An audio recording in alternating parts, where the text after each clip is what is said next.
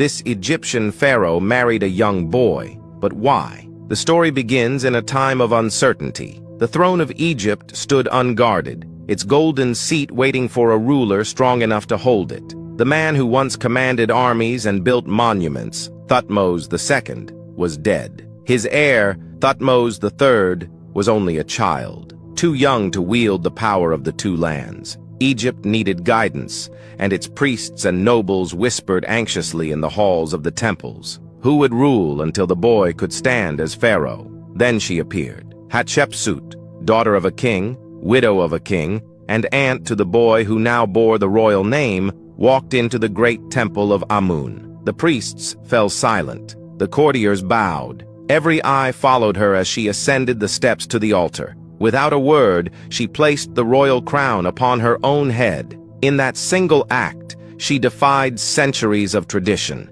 Egypt had never seen a woman do this, not as a queen or regent, but as pharaoh. Yet Hatshepsut understood what few dared to say aloud.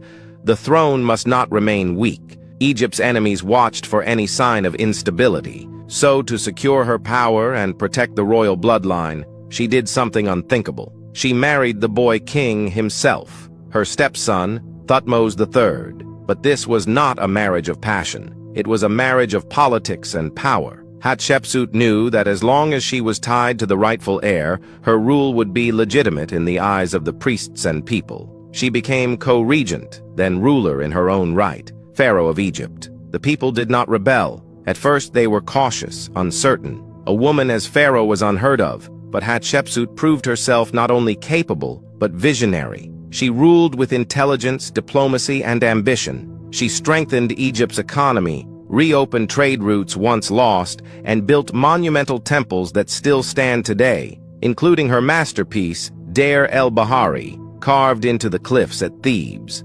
She presented herself not as a queen beside a king, but as a king herself. Her statues showed her wearing the false beard and headdress of pharaohs. In inscriptions, she referred to herself as His Majesty. She had rewritten the rules of power in a world that never intended to make room for her. And through her boldness, Egypt flourished. Her reign was one of peace and prosperity, a golden chapter that defied the expectations of men who believed only a male could rule the two lands. Hatshepsut's story remains one of the most extraordinary in ancient history, a tale of courage, cunning, and ambition. She did not wait for destiny, she claimed it. So if you could stand before Hatshepsut today, the woman who defied gods, priests, and kings to become pharaoh, what would you ask her?